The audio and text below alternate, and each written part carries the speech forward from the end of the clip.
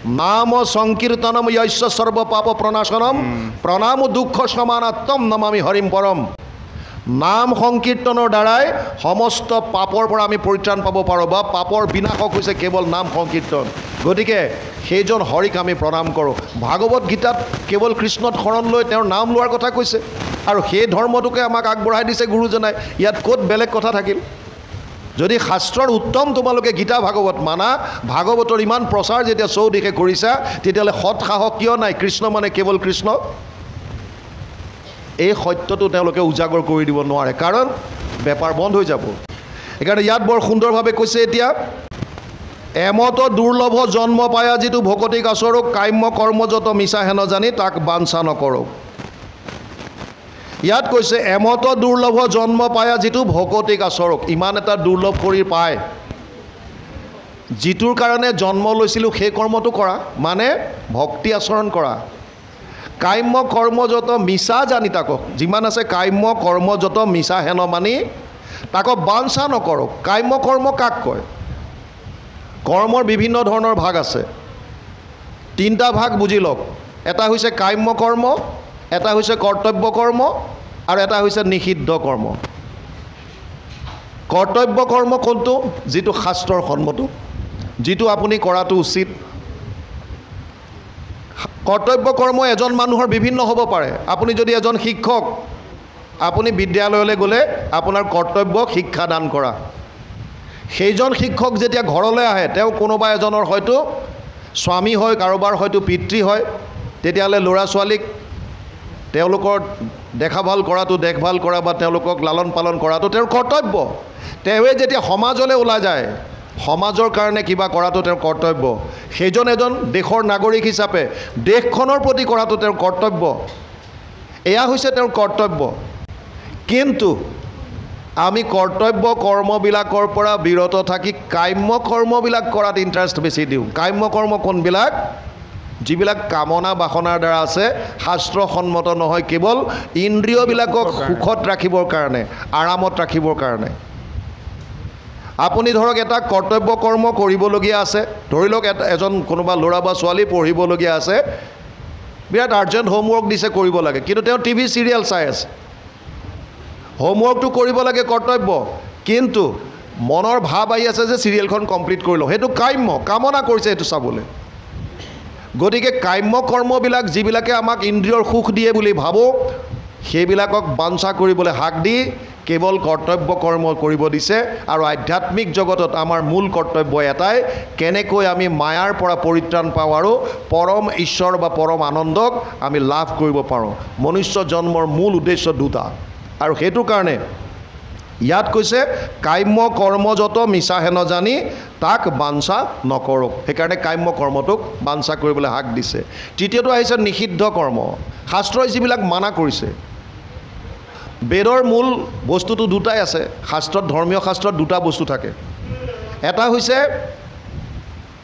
বিধি, আনটো হৈছে নিষেধ। বিধি যিটো আপোনাক কৰিবলৈ কৈছে, আপুনি ডাক্তৰৰ ওচৰত গৈছে, ডাক্তৰে আপোনাক ডায়েগন'জ কৰিলে, অসুখ এইটো হৈছে, চুগাৰে পালে, ডায়েবেটিছ হ'ল, গতিকে এতিয়া কৈছে যে আপুনি এইখিনি ঔষধ ল'ব বা ইনচুলিন ল'ব। লগতে যিখিনি ল'বলৈ কৈছে, গ্ৰহণ কৰিবলৈ কৈছে, সেইটো বিধি। লগতে ক'লে যে আপুনি মিঠাই জাতীয় বস্তু বেছি নাখাব, এইটো নিষেধ। আমি দুইটা মানিব লাগে, বিধিটো নিষেধো। যদি আপুনি বিধিটো ফ'ল' কৰিছে, নিষেধটো যদি আপুনি মনা নাই, তেতিয়াও প্লাছ মাইনাছ হৈ থাকিব ইয়াতে। আপুনি পুণ্য আচৰণ কৰিব পাৰিছে নাই পিছৰ কথা, পাপটো নকৰিব, এইটোৰ পৰাটো আগতে আহক। নিষেধটো আগতে আপুনি যিটো নিষেধ দিছে সেইটোতো বাদ দিয়ক। পুণ্যটো আপুনি কৰিব পৰা নাই, বাদ দিয়ক, নাই কৰা, মোৰ দ্বাৰা নহয়, কিন্তু পাপটো নকৰিব। সেইকাৰণে এই তিনিটা বস্তু বুজি লওক, কৰ্তব্য কৰ্ম, কাম্য কৰ্ম আৰু নিষিদ্ধ কৰ্ম। পদে কৈছে বিষ্ণুৰ চৰণ স্মৰণত পৰে পুৰুষৰ লাভ নাই। পুৰুষ মানে ইয়াত কেৱল বাপ সমস্ত কোৱা নাই, আত্মাৰ কথা কৈছে, জীৱসমূহৰ কথা কৈছে। ইয়াত আই বাপ সমস্ত আছে। কি কৈছে? বিষ্ণুৰ চৰণ স্মৰণত পৰে পুৰুষৰ লাভ নাই। মানে মানুহৰ জন্ম পাই, ইমান এটা দুৰ্লভ জন্ম পোৱাৰ পাছত আমাৰ লাভ এটাই আছে, য'ত বিষ্ণুৰ চৰণ আমি স্মৰণ কৰাটো, আৰু যদি নকৰিলোঁ তাতকৈ আৰু লাভ আপুনি বেলেগত একো নাপায়। কিয় কৈছে এনেকৈ? কাৰণ আটাইতকৈ যদি দেৱৰো দেৱ কোনোবা আছে, সেইজনেই হৈছে ভগৱান কৃষ্ণ। আমাৰ মানুহৰ মনত এটা বৰ ভুল ধাৰণা থাকে দেৱ আৰু ইষ্টদেৱ বা আৰাধ্যৰ মাজত। দেৱ কাক কয় বুজক। আপোনাৰ জীৱনত যাৰ তিল মানুহ যদি অৱদান আছে, সেইজন আপোনাৰ কাৰণে দেৱ হ'ব পাৰে। উদাহৰণ, মোৰ মাতৃৰ মোৰ জীৱনত অৱদান আছে, মাতৃ মোৰ কাৰণে দেৱতুল্য, সেইকাৰণে মাতৃ দেৱভৱ বুলি কয়। মোৰ পিতৃৰ মোৰ জীৱনত অৱদান আছে, গতিকে মোৰ কাৰণে পিতৃ দেৱভৱ, মানে মোৰ কাৰণে দেৱতা। কিন্তু আপোনাৰ আৰাধ্য বা ইষ্ট কোনজন হ'ব? আপুনি আশ্ৰয় ক'ত ল'ব? এই বস্তুটো বুজক। পিপলায়নে কৈছে ইয়াৰ কথা নৱসিদ্ধ সংবাদত, সৃষ্টি স্থিতি প্ৰলয়ৰ হেতু যিটো দেৱ, পৰম ঈশ্বৰ তান্তবিনে নাহি কেৱ। যিজনৰ ওচৰত আমি আমাৰ যিজন ইষ্ট হ'ব, যাৰ ওচৰত আমি আশ্ৰয় ল'ম, সেইজন কেনেকুৱা হ'ব লাগিব? সৃষ্টি স্থিতি প্ৰলয়ৰ যিজন হেতু, এই কোটি কোটি ব্ৰহ্মাণ্ড যোনে সৃজন কৰিছে, যোনে পালন কৰিছে, যাৰ কটাক্ষত এই সমস্ত জগত তিলেকতে নাশ হয়, সেইজন ঈশ্বৰ, যাৰ ওপৰত আৰু কোনো নাই। সৃষ্টি স্থিতি প্ৰলয়ৰ হেতু যিটো দেৱ, পৰম ঈশ্বৰ তান্তবিনে নাহি কেৱ। যিজনে আমাৰ মনৰ চাৰিওটা অৱস্থাত থাকে, সচেতন কৰা দেহ প্ৰাণ ইন্দ্ৰিয়ক, স্বপ্ন জাগৰণ যিটো গভীৰ নিদ্ৰাত সমাধিত সাক্ষী ৰূপে থাকন্ত সাক্ষাৎ, সচেতন কৰা দেহ প্ৰাণ ইন্দ্ৰিয়ক জীৱক ভুঞ্জান্ত নানাবিধ বিষয়ক। আমাৰ মনৰ চাৰিওটা অৱস্থাত যিজন অন্তৰ্যামী ৰূপে থাকে, কোন চাৰিটা অৱস্থা? প্ৰথমটো কৈছে জাগ্ৰত, বৰ্তমান যিটো আমাৰ এতিয়া শৰীৰটো সক্ৰিয় হৈ আছে, মন সক্ৰিয় হৈ আছে, এই অৱস্থাটোক জাগ্ৰত অৱস্থা বুলি কয়। আমি যেতিয়া ৰাতি শুই যাওঁ, শুই গ'লে শৰীৰটো যেতিয়া নিষ্ক্ৰিয় হয়, যদি মনটো সক্ৰিয় হৈ থাকে, তেতিয়া লিংগ দেহাৰ সহায়ত মনটোৱে বিভিন্ন স্থানত ভ্ৰমণ কৰি ফুৰে। তাৰমানে মনলৈ বিভিন্ন ভাৱ আহি থাকে, তেতিয়া সেইবিলাক আমি সপোন আকাৰত দেখা পাওঁ, সেইটো স্বপ্ন অৱস্থা বুলি কৈছে। তৃতীয়টো কৈছে গভীৰ নিদ্ৰা।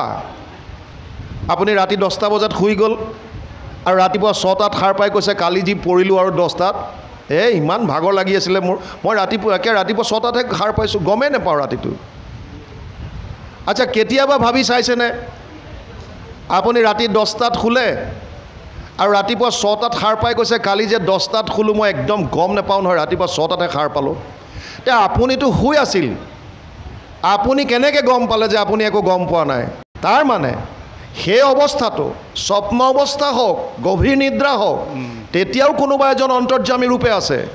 উপদ্ৰষ্টা অনুমন্তা চ ভৰ্তা ভোক্তা মহেশ্বৰ পৰমাত্মা ইতি চাপ্যুক্ত দেহে অস্মিন পুৰুষ পৰ। অন্তৰ্যামী ৰূপে তেতিয়া যিজন হৃদয়ত থাকে। আৰু যিসকল সন্ন্যাসীয়ে নিৰ্গুণ নিৰাকাৰ ব্ৰহ্মক উপাসনা কৰে, তেওঁলোকে সমাধিত যাক দেখা পায়, সেইটো অৱস্থাটো যিজনক পায় এই চাৰিওটা অৱস্থাত। কোন চাৰিটা? জাগ্ৰত, স্বপ্ন, গভীৰ নিদ্ৰা আৰু সমাধিত। এই চাৰিটা অৱস্থাত যিজন থাকে, আৰু কোনজন ঈশ্বৰ, কোন আমাৰ আৰাধ্য? সচেতন কৰা দেহ প্ৰাণ ইন্দ্ৰিয়ক। কোন দেৱৰ ক্ষমতা আছে? তেওঁলোকে নিজেই প্ৰলয়ৰ সময়ত চব এৰিব লাগে, ব্ৰহ্মা পৰ্যন্ত নাশ হয়। যেবে এক শত হোৱে বৰিষ ব্ৰহ্মাৰ ব্ৰহ্মাকো কৰন্ত তেবে ঈশ্বৰে সংহাৰ। ব্ৰহ্মাও বাচি যাব নোৱাৰে, বাকী দেৱ দেৱতা কোন? আল্টিমেটলি কোনো ঈশ্বৰৰ বিনে কাৰো ক্ষমতাই নাই।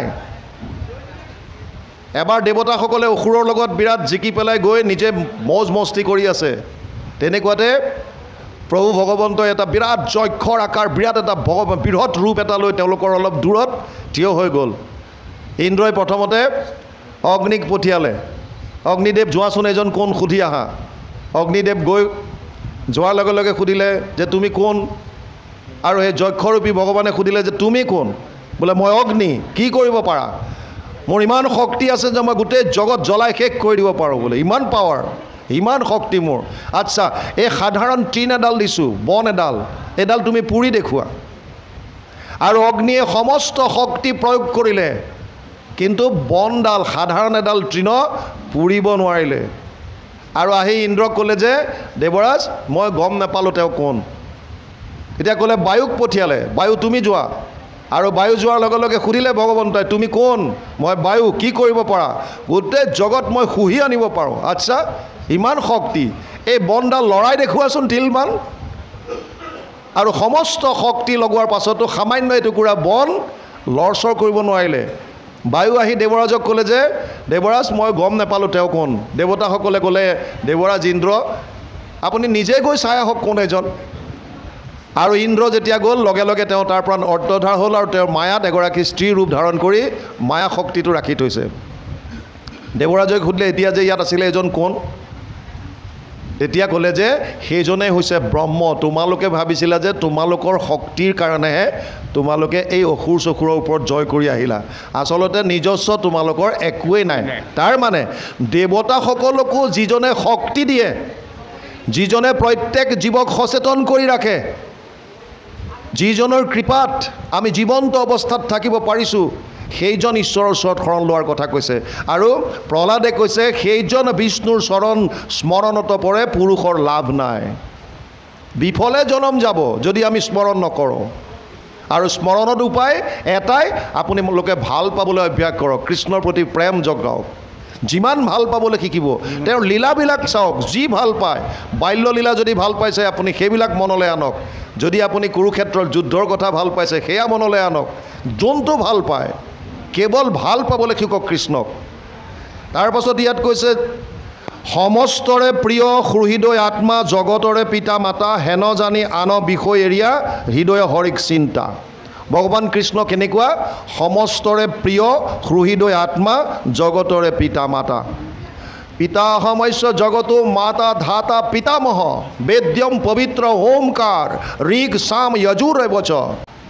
হে অৰ্জুন, ময়ে সমস্ত জীৱৰ পিতা, ময়ে মাতা, ময়ে পিতামহ, ময়ে প্ৰণৱ ওংকাৰ, ময়ে বেদ জ্ঞান, চব মই। অৰ্জুনক ইয়ালৈকে কৈছে মত্ত পৰতৰম নান্যত কিঞ্চিদস্তি ধনঞ্জয়, মই সৰ্বমিদম প্ৰতম সূত্ৰে মণিগণায়ব। হে অৰ্জুন, মোতকৈ শ্ৰেষ্ঠ আৰু কোনো নাই। মত্ত পৰতৰম নান্যত কিঞ্চিদস্তি ধনঞ্জয়, মোতকৈ শ্ৰেষ্ঠ আৰু কোনো নাই। যেনেকৈ এধাৰী মালাত এই সূতাডালত মণিবিলাক যেনেকৈ গুঠি থোৱা থাকে, ঠিক তেনেকৈ সমস্ত জীৱ মোৰ লগত এধাৰী মালাত গুঠি থোৱাৰ দৰে গুঠি থোৱা থাকে। আমি প্ৰসংগ কৰোঁতে যিটো আমাৰ বহাৰ যিটো আকাৰ, নামাচাৰ্যৰ দুকাষে দুজন পালি আৰু যিটো আকাৰত বহা হয়, এধাৰী এধাৰ মালাৰ দৰে হৈ থাকে। মালা, আৰু এই মালাডালৰে এটা চিম্বলিক এইটো দিছে। তেনেকৈ সমস্ত জীৱৰাশি ভগৱানৰ এধাৰী মালাৰ দৰে গুঠি থোৱা আছে, ভগৱানৰ লগত সম্পৰ্ক আছে সকলোৰে। সেইকাৰণে সেইজন ঈশ্বৰৰ ওচৰত শৰণ ল'বলৈ কৈছে। আৰু সেইজনৰ কাৰণে অৰ্জুনকো গৈ 700 শ্লোকৰ গীতা, 574টা শ্লোক ভগৱান কৃষ্ণই উপদেশ দিছে নিজে। 85টা শ্লোক অৰ্জুনে সুধিছে, সঞ্জয়ে কৈছে ধৃতৰাষ্ট্ৰক 40টা, আৰু এটা শ্লোক মাত্ৰ ধৃতৰাষ্ট্ৰই সঞ্জয়ক প্ৰশ্ন কৰিছে। 700 শ্লোকৰ ব্ৰেকআপ, এটা ধৃতৰাষ্ট্ৰ, 40টা সঞ্জয়, 85টা অৰ্জুনে কৈছে, আৰু 574টা শ্লোক ভগৱান কৃষ্ণই কৈছে। 574টা শ্লোকৰ শেষত গৈ কি ক'লেগৈ? সৰ্বগুহ্যতমম ভূয় শৃণু মে পৰমম বচ, ইষ্টসীমে দৃঢ়মিতি তত বক্সামিতে হিতম। 8 অধ্যায় 64 নম্বৰ শ্লোক গীতা। হে অৰ্জুন, তোক মই এতিয়া গোপনীয়ৰ পৰা গোপনীয় কথাটো কম শুন, কাৰণ তই মোৰ অতি মৰমৰ। ইষ্টসী কি ক'লে? চব বাদ দি মোৰ ওচৰত আহ, সৰ্বধৰ্মান পৰিত্যাজ্য মাম একম শৰণম ব্ৰজ। চব বাদ দি মোৰ ওচৰত আহ। কিন্তু এটা কথা বুজি লওক, শৰণ বস্তুটো, শৰণ আমাৰ যিটো অৰ্জুনে শৰণ লৈছিল, 3বাৰকৈ শৰণ ল'লে।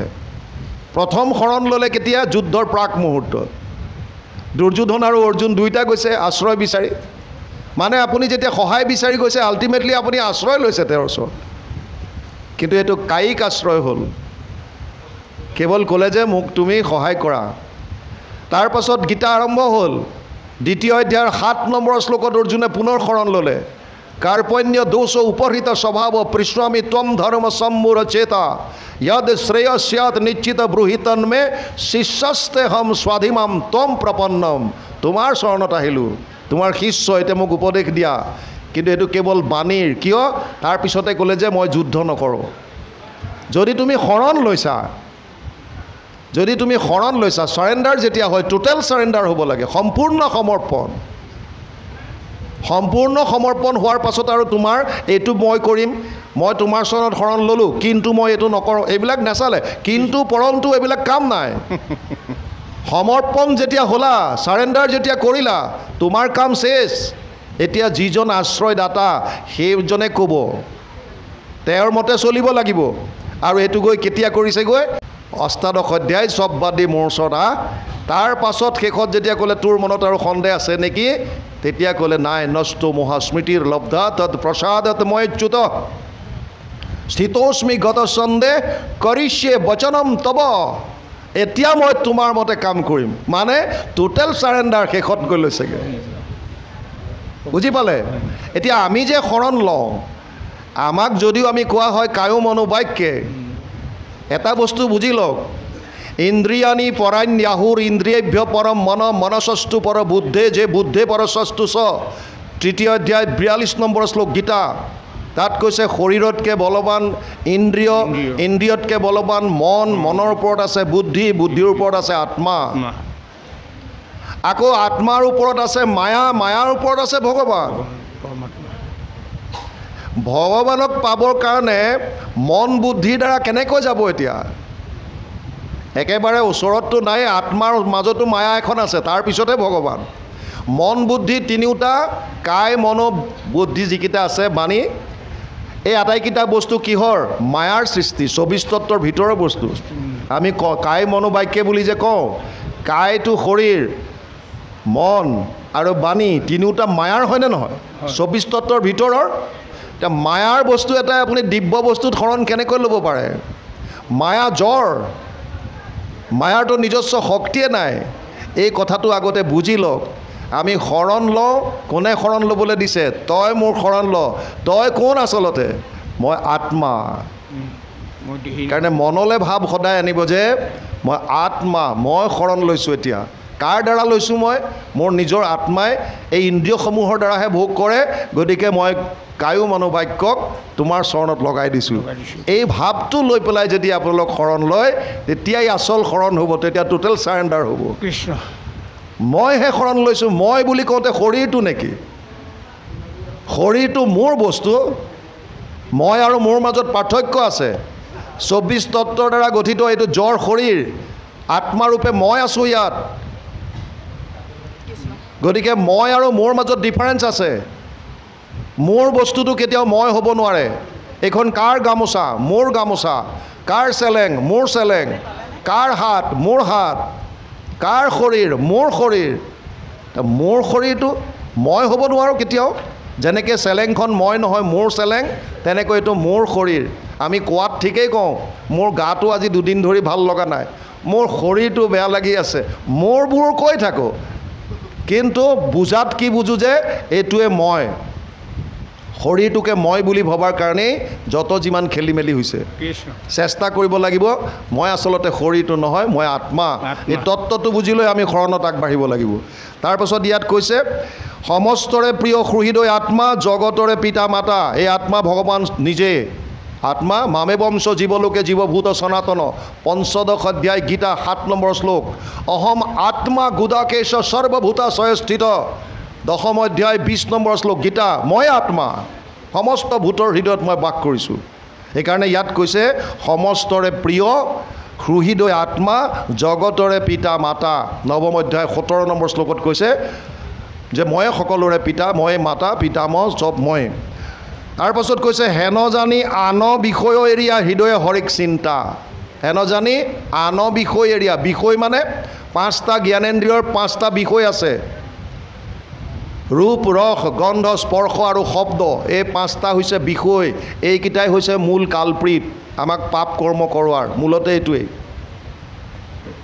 চাওক চকুৱে প্ৰথমতে কিবা এটা দেখিলে এজন মানুহ গৈ আছিল ৰাস্তাইদি যাওঁতে ৰাস্তাৰ দাঁতিত এজোপা আম দেখিলে, এখন বাগিচা ধুনীয়াকৈ ভেটি থোৱা আছে, তাত আম দেখিলে ধুনীয়া, চকুটোৱে আমটো দেখি পেলাই এতিয়া চকুৱেতো আমটো পাৰিব নোৱাৰে, গতিকে আল্টিমেটলি ভৰিকেইটাৰ সহায়ত আগবাঢ়ি গ'ল। ভৰিকেইটাটো ওচৰ পালেগৈ, এতিয়া ভৰিকেইটাইতো তাক ফৰ্মুটি মাৰিব নোৱাৰে, গতিকে হাতৰ সহায় ল'লে, হাতেৰে লাখুটি এডাল দি পেলাই আমটো পাৰিলে, হাতেৰে বুটলিও ল'লে, পিছে খাবতো সক্ষম নাই এতিয়া হাতৰ। এতিয়া হাতে কি কৰিলে, আনিলে ওচৰলৈ, ভাবিলে অকণ শুঙি চাওঁ কেনেকুৱা, নাকে গোন্ধটো লৈ ল'লে, বিৰাট ধুনীয়া মিঠা আছে। এতিয়া বেচেৰাই শুঙিহে থ'লে, খাবতো নোৱাৰে, মুখে খালে, সোৱাদটো পালে কোনে, জিভাই, গোল বস্তু ক'ললে পেটত। চকীদাৰে গম পালে, দেখিলে ক'ৰবাৰ পৰা, আচ্ছা ই মোৰ আম খালে, পিছফালৰ পৰা আহি মাৰিলে পিঠিতে কোব, পিঠিখনৰ কি দুখ আছিল, বেচেৰাই কোব খালে পিঠিত। কিন্তু আপোনালোকে যদি চাই, পিঠিত যদিও কোব খালে, চকু পানী ওলাইছে এইফালৰ পৰাই, মানে পানী কোনফালৰ পৰা ওলাল, এইফালে। দেখিছিলে কোনে, এইটোৱে ঘূৰি পকি তাতে আহিবগৈ, ঘূৰি পকি আল্টিমেটলি আহিবগৈ তাতে। গতিকে আল্টিমেটলি এতিয়া কৈছে বিষয়ৰ কামবিলাক বাদ দিয়া, বিষয়ৰ চিন্তা বাদ দি আমাৰ চিন্তা এটাই হ'ব লাগে যে যিজন ঈশ্বৰ হৃদয়ত বিৰাজমান হৈ আছে, আমি তেওঁক আৰাধনা কৰোঁ। আপুনি শাৰীৰিকভাৱে অসুস্থ হ'ব পাৰে, আপুনি অসুচিতাত ভুগিব পাৰে, আপুনি গুৰুগৃহত সোমাব নোৱাৰিব পাৰে, ভক্তি মাৰ্গত এটা আটাইতকৈ সুগম উপায় দিছে, সেইটো হৈছে মানসিক সেৱা। ইয়াতকৈ উত্তম ক'তো নাই, আপুনি যাব পৰা নাই। চাওক, সংসাৰৰ ক্ষেত্ৰত মানসিক চিন্তা কৰি থাকিলে আপুনি একো বস্তু নাপায়। আপুনি যদি শুই শুই ভাবি আছে যে মই ট্ৰেক্টৰখন লৈ পথাৰলৈ গৈছোঁ, হাল বাইছোঁ, এয়া মই কঠীয়া পেলালোঁ, মোৰ কঠীয়া ডাঙৰ হ'ল, মই ভূঁই ৰুলোঁ, এই পকিলে, মই ধান কাটি আনিলোঁ, ভাবি আছে শুই শুই, এই চোতালত বিৰাট ডাঙৰ ডাঙৰ মই মেজি বনাইছোঁ। বাহিৰত গৈ পেলাই যেতিয়া শোৱাৰ পৰা উঠি গৈ চাব যে একোতো নাই তাত, কিয়? কাৰণ ভাবিহে আছে মনত, তাৰ একোতো ফল নাপায়। কিন্তু ভক্তি মাৰ্গত ইয়াৰ টোটেলি বিপৰীত। ভক্তি মাৰ্গত কৈছে আপুনি বিচনাত শুই শুই আছে, কিন্তু মনেৰে যদি ভাবে মই শোৱাৰ পৰা উঠিলোঁ, মই স্নান কৰিছোঁ, মই গুৰুগৃহত সোমাইছোঁ, মই বন্তি গছ জ্বলাইছোঁ, মই এয়া শৰণৰ বস্তু কৰিছোঁ, মই ভজনৰ কাম কৰিছোঁ, মই ঈশ্বৰৰ সেৱা কৰিছোঁ, প্ৰভু ভগৱন্তৰ লীলা স্মৰণ কৰিছোঁ, আপুনি আধা ঘণ্টা এঘণ্টা ঈশ্বৰৰ লগত যদি আপুনি ৰৈ আছে, এই পুণ্য আপুনি অলৰেডি কমাই আছে শুই। কৰ্ম নকৰান্তে সমস্ত কৰ্মৰ ফল, আপুনি উপযন্ত দেখা ভকতিৰ বল। ভকতিৰ এনেকুৱা বল আছে যে আপুনি ডাইৰেক্ট ইন্দ্ৰিয়ৰ দ্বাৰা কৰ্ম নকৰাকৈও কেৱল ভাৱৰ দ্বাৰা পাব পাৰে, কাৰণ ভক্তি কেৱল ভাৱৰ খেল, ভাৱগ্ৰাহী জনাৰ্দন। আৰু আমি তাৰ বিপৰীতে কৰোঁ। ভগৱানে কৈছে 11টা ইন্দ্ৰিয় দিছোঁ, 10টা ইন্দ্ৰিয় তোৰ বেলেগৰ কামত লগা, মোৰ আপত্তি নাই, মোক কেৱল মনটো দে। মন মনা ভৱ মদ ভক্তা মধ্যাজি মাম নমস্কৰো, মামে বৈশ্যসী সত্যম তে প্ৰতিজানে প্ৰিয়সীমে। 8শ অধ্যায় 65 নম্বৰ শ্লোক গীতা। মোতে মাত্ৰ সদা দিয়া মন, মোৰ ভক্ত হোৱা সৰ্বক্ষণ, মোকে পূজা মাত্ৰ মোকে কৰা নমস্কাৰ। কহিলোঁ তোমাত সত্যবাণী, পাইবা সুখে মোক মহামানী, তুমি প্ৰিয়তম সুহৃদ সখী আমাৰ। মহাপুৰুষ মাধৱদেৱে ঘোষাত অনুবাদ কৰিছে সুন্দৰভাৱে। মনটো বিচাৰিছে আমাক, কিয়? কাৰণ ভক্তি বস্তুটো হৈছে ভাৱৰ লগত জড়িত, ভাৱে ভক্তি বুলি সেইকাৰণে কয়। কিন্তু আমি এই বিষয়ে আমাক সুখ দিছে বুলি ভাবি আমি বিষয়ৰ কথা চিন্তা কৰোঁ। সেইকাৰণে প্ৰহ্লাদে দৈত্য শিশুক কৈছে বিষয়ৰ কথা বাদ দিয়া। আমাক যিটো আনন্দ লাগে এইটো বিষয়ত নাই। আমাক যিটো আনন্দ লাগে, আনন্দটো কেনেকুৱা হ'ব লাগে? মই যাতে সদায় পাওঁ। যিটো আনন্দ সকলোৰে কাৰণে সমান, সদায় একেই থাকিব, সেই আনন্দটো মই বিচাৰিছোঁ। কিন্তু বিষয়ৰ যিবিলাক বস্তু আছে, যিটো আপোনাৰ কাৰণে আনন্দ, এইটো বেলেগৰ কাৰণে দুখো হ'ব পাৰে। এজন ৰোগী, তেওঁৰ অসুখ হৈছে, তেওঁৰ কাৰণে এইটো কষ্টকৰ কথা, কিন্তু ডাক্তৰ এজনে মনে মনে ভালো পাব পাৰে যে বেটা আহিছে আজি মোৰ ওচৰলৈ কাষ্টমাৰ বেছি। বুজি পাইছে নাই? বস্তুবিলাক তেনেকুৱা, যিটো আপোনাৰ কাৰণে বেয়া বেলেগ এজনৰ কাৰণে ভাল হ'ব পাৰে, বিষয়ৰ বস্তু। কিন্তু যিটো প্ৰকৃত আনন্দ, এইটো সকলোৰে কাৰণে কি, আৰু যাৰ কোনো ধৰণৰ ক্ষয় নাই। পাৰ্থ নৈব ইহ না অমূত্ৰ বিনাশস্তস্য বিদ্যতে, নাহি কল্যাণকৃত কচ্ছিম দুৰ্গতিম তাত গচ্ছতি। 6ষ্ঠ অধ্যায় 40 নম্বৰ শ্লোক গীতা। তাত লিখিছে, হে অৰ্জুন, এই আনন্দৰ কোনোদিন ক্ষয় নহয়, তোমাৰ শৰীৰ পৰি যাব পাৰে। এইটো শৰীৰ নাশ হোৱাৰ পিছত যিটো শৰীৰ পাবা, আজি এইটো শৰীৰত যিমানলৈকে ভক্তি আগবঢ়ালা তাৰ পৰা আৰম্ভ হ'ব। গতিকে আল্টিমেটলি বিষয়ৰ আমাক ধান্দাটো এৰি পেলাই কেৱল ঈশ্বৰৰ চিন্তনত মন দিবলৈ কৈছে।